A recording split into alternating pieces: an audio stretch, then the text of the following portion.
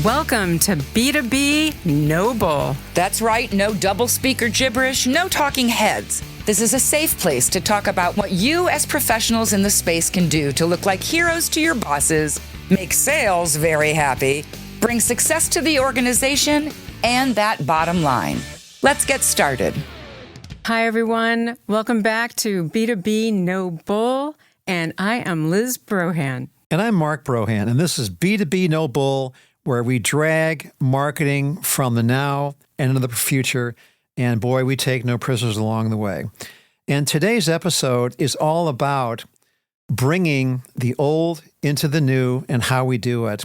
And so we're calling this one From Madmen to Modern Men, because honestly, a lot of B2B marketing is still stuck somewhere for a lot of people between a fax machine and a flip phone, even in 2025 here.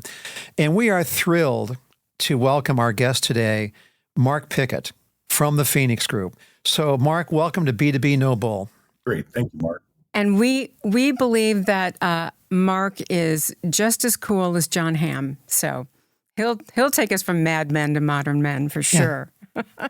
So, Mark, let's start by asking just a little bit about yourself. Tell us your background.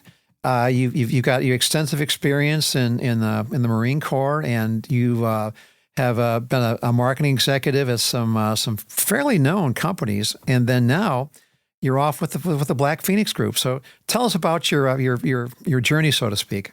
Yeah, I mean, I would argue a very non-traditional path. It's just the way I've sort of lived my life, which is figuring rather, let me say it that way, what's important to me in, the next several years as a focus. And so when I left undergrad, or when I graduated from undergrad, I went into the Marine Corps, as you know, Mark, a couple tours there. I'm a combat veteran, but I'm a bit older. So it's not, this is back during the days of Desert Storm 1 and Somalia and that period. And then, I left the Marine Corps in 95, into 95, beginning of 96. And then I started trying to figure out what did I want to do next. I thought this whole internet thing was was burgeoning, I guess, at the time. And so I started going down that path, right, with regard to, the telephony side, when a lot of the previous, what they called regional bell operating companies, or RBOCs, were really jumping into this high-speed data sort of infused world of communication. And I became a product manager there, working on data products. And then everything started moving from there, right? So I spent time at Staples, of course. Obviously, I've been multiple dual alumnus of KPMG, and had a startup where we had an exit, but clearly I didn't. I always say, with pride, last name is Pickett, not Zuckerberg, right? So, didn't quite kill it there, but yeah. And then ultimately we ended up, a partner of mine, Bryce Fisher, he and I, he's a Wall Street guy. I'm more of an operational guy. And we decided that we would hang our own shingle beginning of 2024. And here we are. So that's quite the journey. But then the companies that we're talking about today are also either in need of a journey or on a journey. So even today in 2025, we're still seeing multi-generational companies running very, very traditional marketing programs in need of an update. And I think you've got to get beyond just brochures and budget flights and kind of grow from there.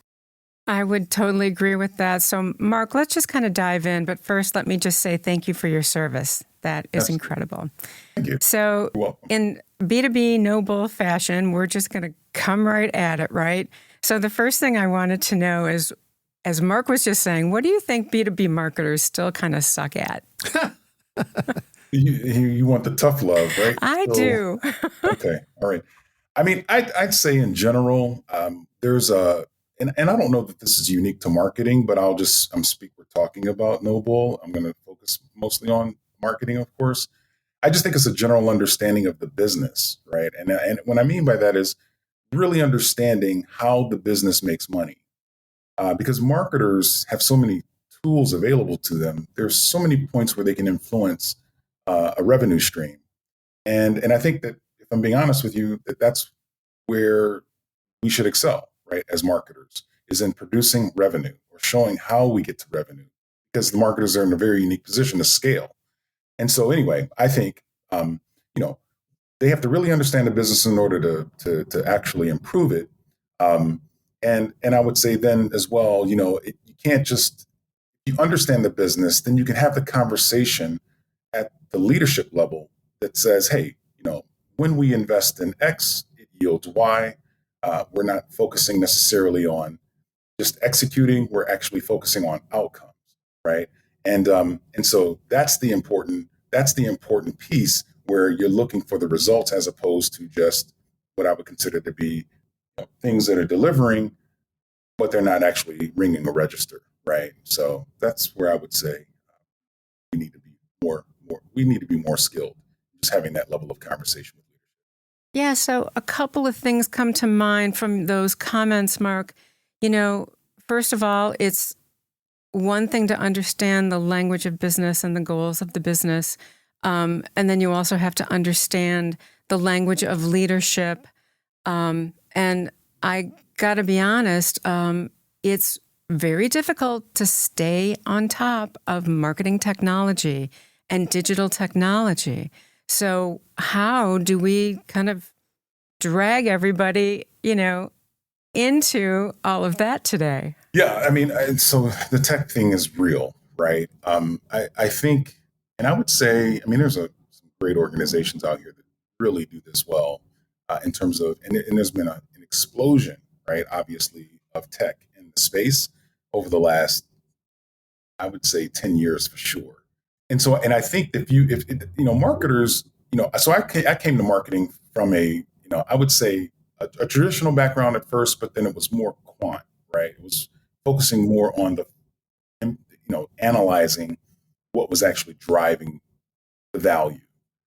And if so, that background is super suitable for this whole tech thing, right?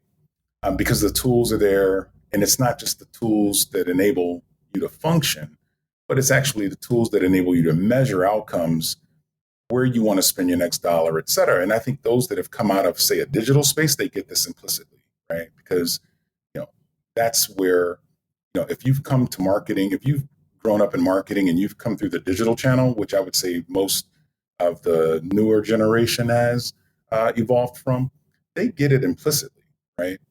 I think, but now that's actually at the execution level or operational level. You still have to be able to sell that to your CFO, your CEO. They have to understand how these things actually impact, again, the revenue stream, right? And you have to be prepared to have that conversation. So, what do I mean by that?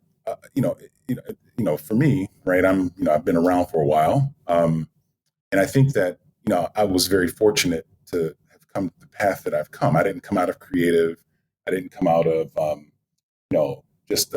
just product development unto itself, right? It's really about positioning, et cetera. And so, I had a little bit of a head start, I would say.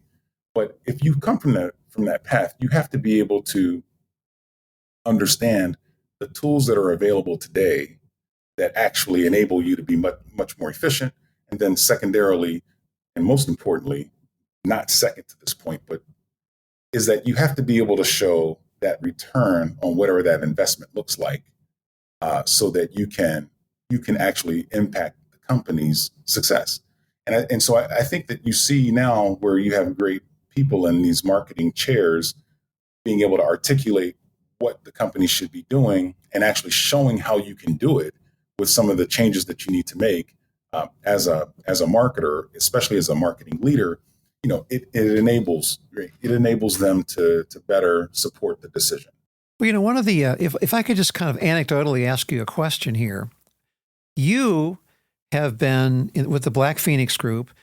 You evaluate generationally owned family companies or small companies that have a good business record, and you tell me that you look at their financial performance and they're doing well, but it's maybe time to update. maybe it's time for new ownership, new investment, and the marketing tools we're talking about here. My question is an anecdotal one. So what are you seeing in these generational companies, a small manufacturing company I'm talking about, or a mid-sized distribution company, just to kind of put some examples here? What are you seeing in terms of going in for the evaluation? Do you like the marketing you see there? Do you like the marketing technology and the infrastructure there? Or boy, it's like, we got to start reinventing the wheel here. I'm just kind of curious, what are you seeing out there? Yeah, it's great. That's a fantastic question for context. I mean, our primary focus is niche manufacturing or industrial distribution by and large, or anything that sort of sits in that space at the Black Phoenix Group. That's where our core focus is. We call it our investment thesis, right? So we're principally focused in that space. And I think it depends from a B2B standpoint. It depends on, in this industry in particular, I would say, I've worked in retail. As for context, I've worked in retail as well, right? So, and I say that because I would argue, probably a 10-year lag, especially with industrial, right? In terms of technology or digital anything. A decade? I would say a decade, yes, no question, right? Once you get past, there's no question, right? In my opinion. And it's not because I think that we're, and I'm just talking about industrials now, right? Because I think that there's other B2B verticals that are doing this better, right? But in industrials, it's pretty much, very much, and pardon me for the analogy, but it's more like hand-to-hand combat, Love right? it. So, you've got your sellers, your sellers. If you look at any of these if you look at manufacturing companies in general, right? And I'm not talking about or distribution companies. I'm not talking about the big guys, right? I'm not talking about your Grangers, Fastenals, et cetera. I'm talking about, that mid-tier, middle market space. I would argue for the vast majority, right, that we will see that are family-owned or legacy, you're always going to see the principal way in which you go to market is through a sales channel in these spaces. And oftentimes there's very little marketing, if any, right? And for a variety of reasons.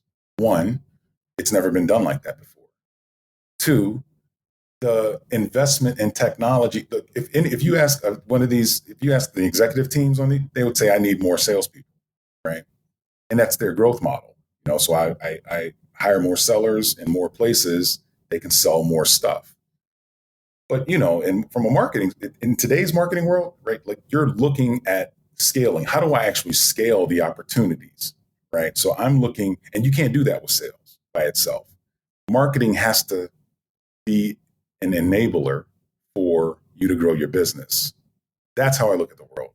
And I think the reason why I say that is because you can get, 100 to 1, 1,000 to 1, 100,000 to 1 operational improvements by being able to layer, very strong marketing capability atop of a sales organization such that they're creating demand, right? And so, the marketers create the demand for the sellers to be able to respond to it, because you still have to have these in industrials, there's still, nobody's just buying off a screen anymore. Like, they're not just, oh, well, it's this versus that. No, they're not doing that. There's a lot of these that have like long held relationships, right? Our current company, and I'm not plugging the Black Phoenix Group, but Arrowhead Winch, you're talking about relationships that have been around for 35 years, 40 years. They've been customers, right?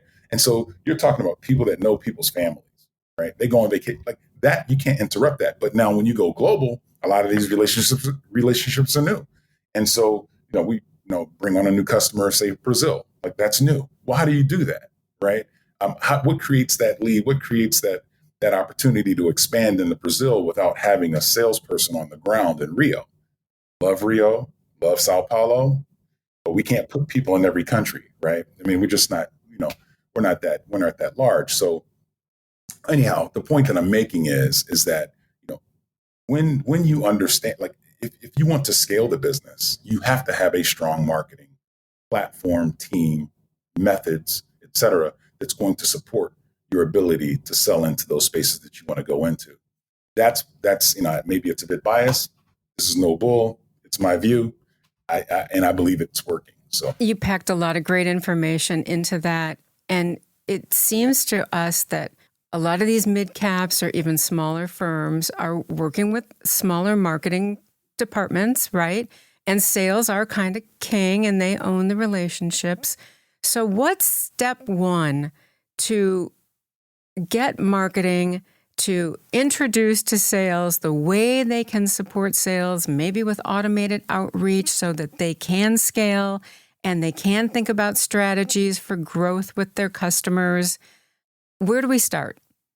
yeah, I mean, I think that it's the art of the possible, right? I think that the marketing team should be explaining to sales what capabilities they have, because a lot of times sales teams don't understand it. Right? They don't understand what arsenal you have available to you as a marketing organization. And I think that you start with things that are very tangible, right? So, for instance, I mean, in industrials, again, you can argue, or I can make the argument that, well, email. People talk about email is dead. Email is not dead. Email is not dead. It's absolutely not dead. Yeah, it's not dead. And so, but you can show how. If you talk to a salesperson, they always want to know what messages are being communicated to their accounts, the ones they care about anyway. Let me say it that way, right? So, which is that Pareto that they kind of call on 20% of their total account volume, right? So, but that's a whole another. We can come back to that story some other podcast segment. But like what has to happen is that the marketing team has to be able to demonstrably show results. And I say, take something that's very easy, right? Take something that says, and I'll give you a great example. Here's a perfect example, actually. And it's, because I think sellers always want help selling, right? That's what they want to do. And, and like anyone else, we always want to have the least path of resistance to the greater opportunity, right? So you can show them, hey, it's like the Pareto again, right? Where if I can account for my goal in 20% of my accounts and I don't have to call on the other 80, I'm going to take that path, right? Now there's problems with that method, but that's sort of like human beings and human nature, right? So you have to, they're going to remain focused on the path of least resistance in order to get to the goal. Well, if you can, as a marketing team, show them how you can help them do that much easier. The example would be, how do I put in place an email campaign that creates demand where I'm not out here actively having to call on my customers anymore. I'm having my customers call me about what we just messaged, right? And we literally just did this, right? And when I say literally, I mean like 2 days ago. And we pushed a campaign, and our sales team loves their marketing counterparts within Arrowhead Winch, to be clear. But we pushed a campaign, and immediately, in 24 hours, we're getting significant response rates on the email that are leading to these conversations that are going to help us hit these goals that we have for this year. Now, one would argue, well, can't the sales team say, well, make those calls? Of course they can make those calls, but it might take them a long time to get in front of those people, have the conversations, et cetera. If you're, as a marketer, if you're able to create the demand for the seller such that the seller is being responsive to a request from their customer or their account, that's a win-win scenario for everyone involved. It's a win-win-win, right? Customers winning, sellers winning, marketing's winning, everybody's winning. That shows immediate impact on them reaching their goal, which is a path of least resistance, because they didn't have to do anything but say, let me make this phone call and respond to what the customer's asking for based on the messaging that we just provided. And it sounds basic, but in industrials, you don't need some super evolved, multi-point engagement strategy across all these different devices. It's not the same as consumer, right? You just have to be able to do it in a way that is as effective, and using a lot of the same tools. But I always say, don't over-engineer anything. Just get them what they need. And in this case, what the customer wants to hear is a good opportunity, right? So put it in front of them, message it, and then give them a way in which they can get in touch with their seller immediately. Case closed. Right? Well, I want to segue on your point there, though, which is, in essence, you're still telling a story. But you mentioned that this wench company, I believe you bought into, and it's been around for 35 years, and you talked about the relationships for 35 years. Those, you can digitize that, or you can reinvent that. But having said that, those customers know the story. They know who they're dealing with because it's been 35 years in the making. It just might be a retelling or a refreshing or something that they know who that is.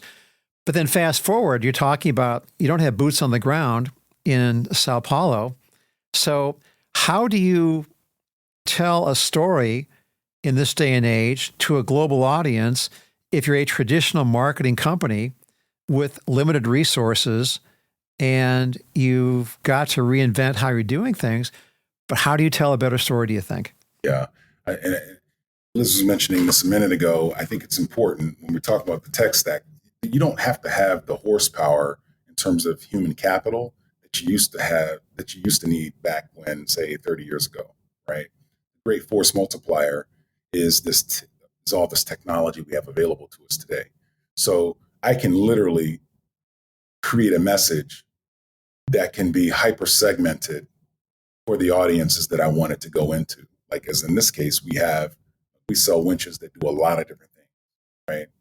And those things happen all over the world. Some, it just happens in, like oil production is in, Venezuela, just like it's here, just like it's in Nigeria, right? So that message can be more more vertically focused, but it's the same message, right? It's just using different products, maybe. But there's the technology enables you to do that in such a fast way, an efficient way, that same message can be crafted 25 times over with the same amount of human capital that you have available to your team today. You just have to have the right technology and third-party partners in place to do that, right? And so I think that it's much easier, honestly, to message than it has been in the past, as long as you understand who you're targeting and you have to have the right message. And that's what marketing has to be able to do, right? We have to be able to center the message, personalize the message to the audience always, right? And so, I don't want to belabor us with other analogies for adjacent sort of industries, but the point that I'm making is that there's been no better time than now for marketing in general to be able to do these things that we've talking about, this messaging in these distant places. Because if you have the product, right, that you're trying to sell, that can sell anywhere in the globe, anywhere around the globe, it's very easy to craft that message. It's very easy to use that same message in multiple places, right? Because the technology is there now to support you, and you just have to know how to leverage it, right? And I think that's where the beauty of it all sort of comes together for marketing. Well, Liz, you want to kind of recap where we're at so far? Well, I just have one more sure. quick question, because I think one of the things I heard you say early on about marketing just needs to make sure that sales and leadership understand all of their capabilities. And I think one of the things buried in all of that's marketing gold is some data. And you don't have to be a marketing analyst to use that to your advantage to tell those stories. And when you're in a situation where you've got limited resources, would you agree that a test and learn strategy that you can optimize quickly is something that the sales team might get pretty excited about?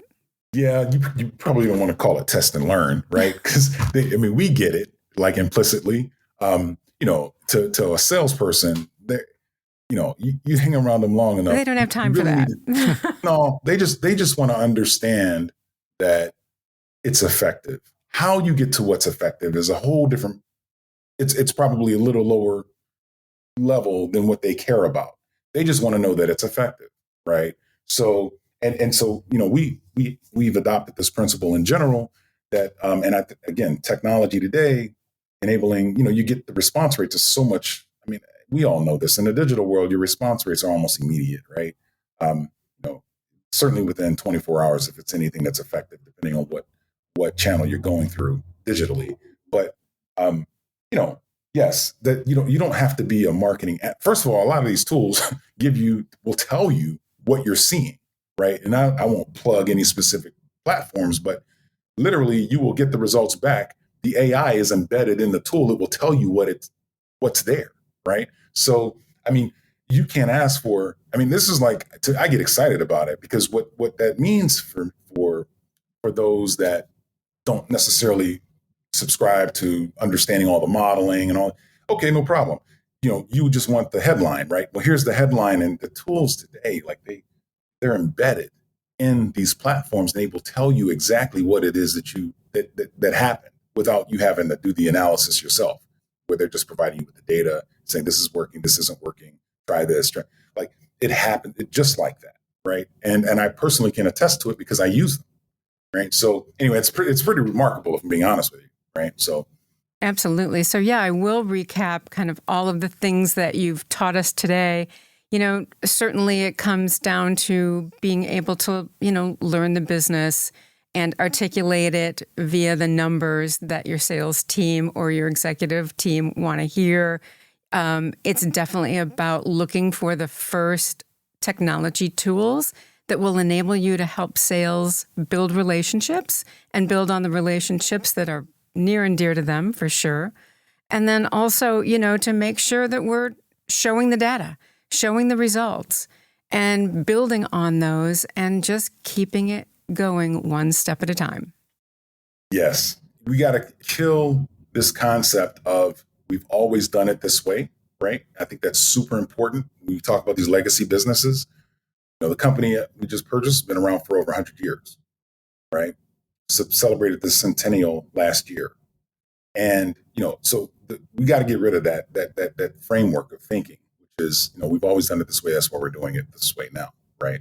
That would be the only ad I would have, Liz. I think you recapped it beautifully. Now, you ready to have some fun? I was already having fun. We're good. So Mark Pickett, come on down.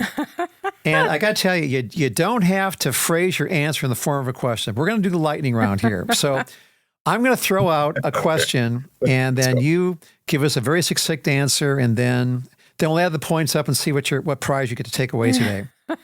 I'm ready. All right. You want me to go? Go. All right. So, yeah, you got to reinvent a family-owned business. How do you bring the company along that are reluctant to change?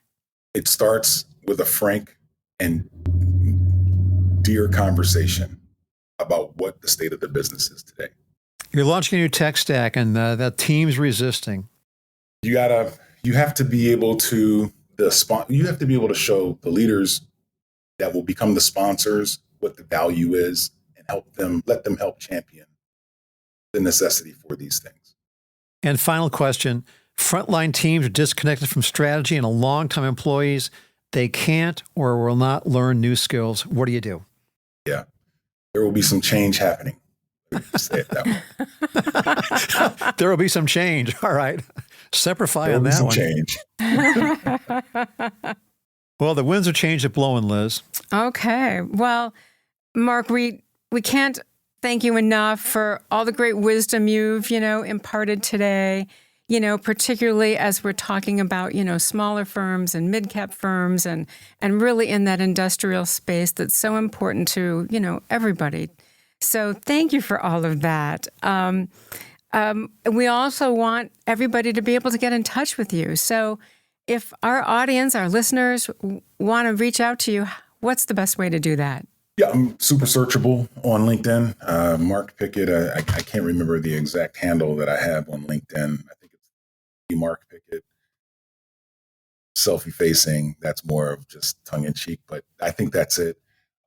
And then certainly you can always reach me at via email, Mark at Excellent. We appreciate that. And we certainly appreciate you helping us kind of rescue marketing from the dustbin today. And we also thank our sponsors very much. We appreciate Embas. They're a marketing consulting firm that specializes in change management, content development, and marketing strategy. And then we'd also like to thank The Motion Agency. They have been recently ranked by B2B Marketing as the #2 fastest growing B2B agency in the country. So please look them up. They're pretty tremendous.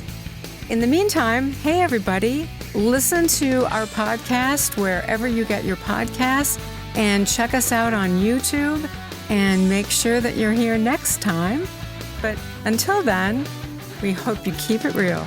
And by the way, your prize for the lightning round is a trip to Cleveland. Oh, your second prize is also a trip to Cleveland. So on that note, we thank you. We thank you, Mark. Today was great. Awesome. Thank you. Always a pleasure to be with you both. Thank you.